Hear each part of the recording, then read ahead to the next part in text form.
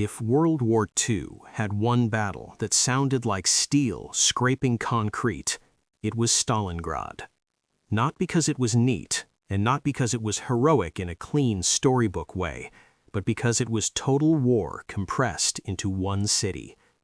Between late summer 1942 and early February 1943, Stalingrad became the place where Germany's offensive momentum broke and where the Soviet Union proved it could absorb catastrophe and strike back.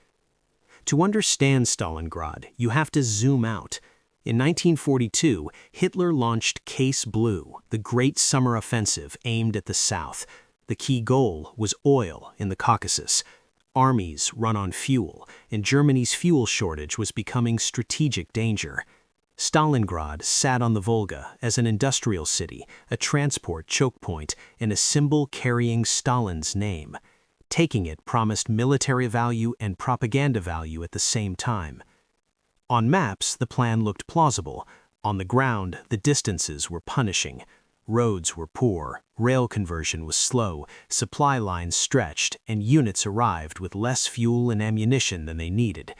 Germany had won earlier campaigns with speed and shock.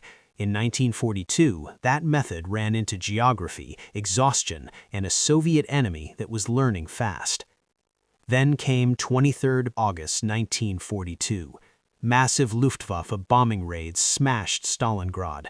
Residential blocks burned, civilians died in huge numbers, entire neighborhoods became rubble fields. The bombing was meant to soften the city for capture. Instead, it helped create exactly the battlefield defenders needed. Ruins broke tank movement, blocked sight lines, and turned every collapsed structure into potential fortification. The battle changed from maneuver war to urban attrition. Streets became kill zones. A building could be Soviet on one floor and German on another. Staircases became front lines. A room could change hands multiple times in a day. Progress was measured in meters and paid for in blood. The Soviet leadership treated the city as existential. Stalin's Order No. 227, not one step back, hardened discipline with brutal consequences for unauthorized retreat. But fear alone did not explain resistance. Many defenders fought because this was their city, their river, their families, and their last line. Civilians trapped in Stalingrad endured unimaginable conditions. Many could not evacuate in time. Families hid in basements while buildings collapsed overhead. Water had to be fetched under fire. Food disappeared. Hospitals moved underground. Daily life became survival by instinct. General Vasily Chuikov and the 62nd Army built tactics around proximity. Stay so close to German positions that German artillery and air power became hard to use without hitting their own troops. Small Soviet assault groups moved through walls, cellars, and factory corridors. Counterattacks came at night, at dawn, and in sudden bursts that denied the attackers stability. Several locations became symbols because they were tactically vital. The grain elevator turned into a concrete fortress under relentless assault.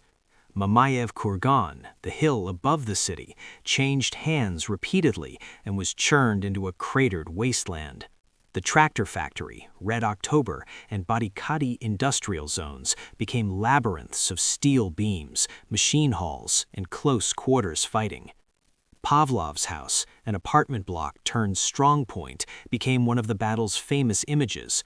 Whether later stories were embellished or not, the military truth was clear. Small defended nodes in rubble could delay and bleed larger attacking forces. In Stalingrad, scale stopped behaving normally. A single building could consume battalions. Snipers came to represent the battle's mood.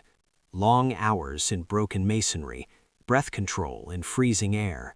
One movement in a doorway could end a life.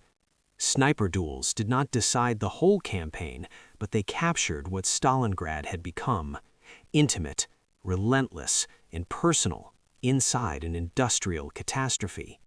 As autumn turned toward winter, everything worsened. Wounded men froze in basements.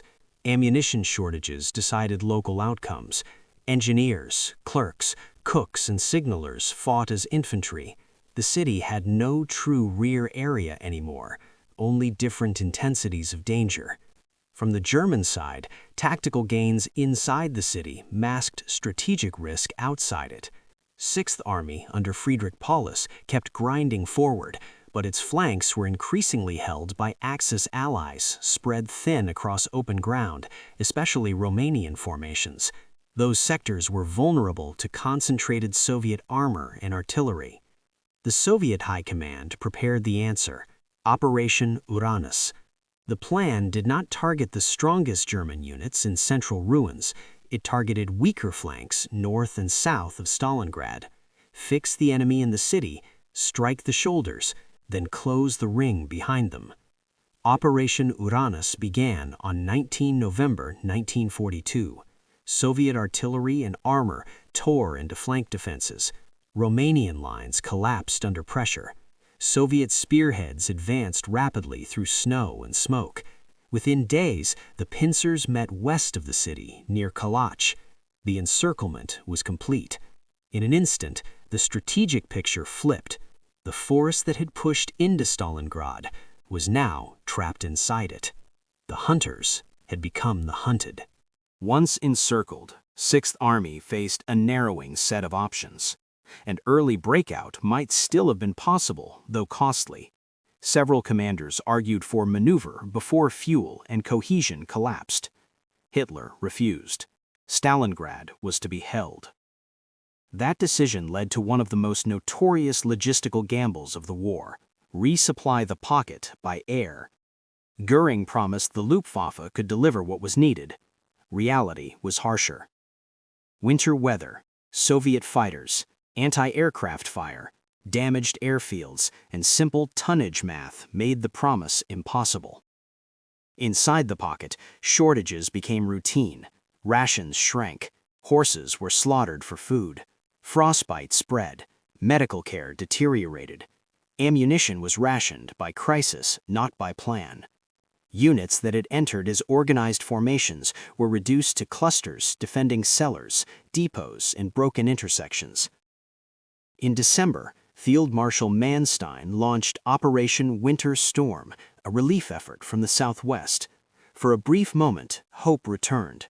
But Paulus was not authorized to break out decisively to meet the relief force. Soviet resistance stiffened, and broader Soviet operations elsewhere increased pressure on German positions. Winter Storm stalled and failed. As Soviet offensives expanded across the southern front, the idea of rescuing Stalingrad faded. The pocket remained sealed, and time favored the encircling force. German command faced impossible trade-offs between local rescue and wider front stability, usually too late and with too little fuel.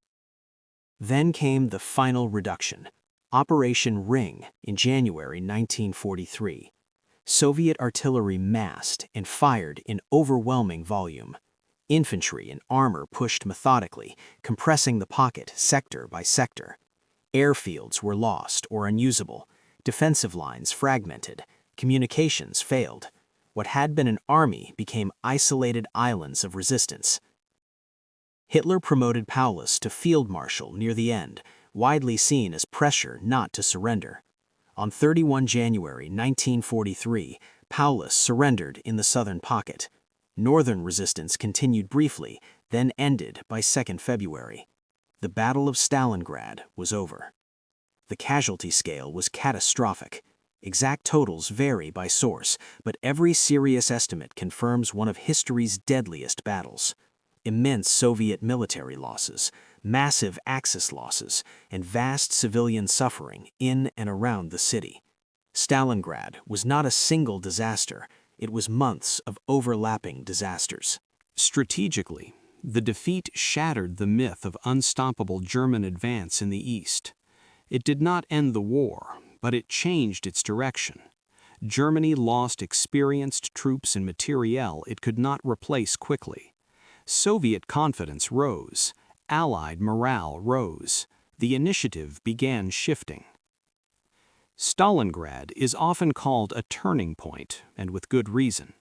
not because it was the only decisive moment of the war, but because it proved the Wehrmacht could be fixed, encircled, and destroyed at scale. After Stalingrad, Germany increasingly fought to recover control rather than expand it. The battle also exposed hard military truths. Logistics decide possibilities. Urban warfare erodes doctrinal certainty. Flanks matter as much as spearheads. Command rigidity can turn a setback into catastrophe. Air supply has limits, especially in winter under contested skies. There is also a moral truth. Stalingrad included courage, endurance, and sacrifice. It also included coercion, terror, hunger, and civilian devastation. If we tell only the heroic half, we misunderstand the event. The full history is harsher and more human. Post-war Volgograd memorialized the battle in stone and flame. Sites like Mamayev Kurgan became landscapes of memory where victory and grief coexist. These monuments are not decoration, they're warnings. This is what happens when political symbolism, strategic overreach, and total war collide in a city. Look at Germany's chain of failure: overextension, split priorities, urban attrition, vulnerable flanks, delayed maneuver, impossible airlift, and final collapse. Look at the Soviet chain of success: endurance, adaptation, operational patience, flank targeting, encirclement, and methodical destruction of the trapped force. By early February 1943, the guns fell quieter over a shattered city. Smoke thinned above ruined factories and frozen rubble. Prisoner columns moved through streets that no longer looked like streets. Survivors emerged from cellars into landscapes barely recognizable as home. Stalingrad still matters because it is more than a battle name. It is a warning written in concrete dust and winter air. Never confuse momentum with victory. Never confuse symbolism with strategy. Never forget civilians when armies choose to fight for cities at any cost. And perhaps the final lesson is the simplest. Endurance is not clean. Victory is never free. At Stalingrad, reality defeated illusion, at a price measured in lives beyond counting. That is why this battle still stands as one of history's clearest warnings.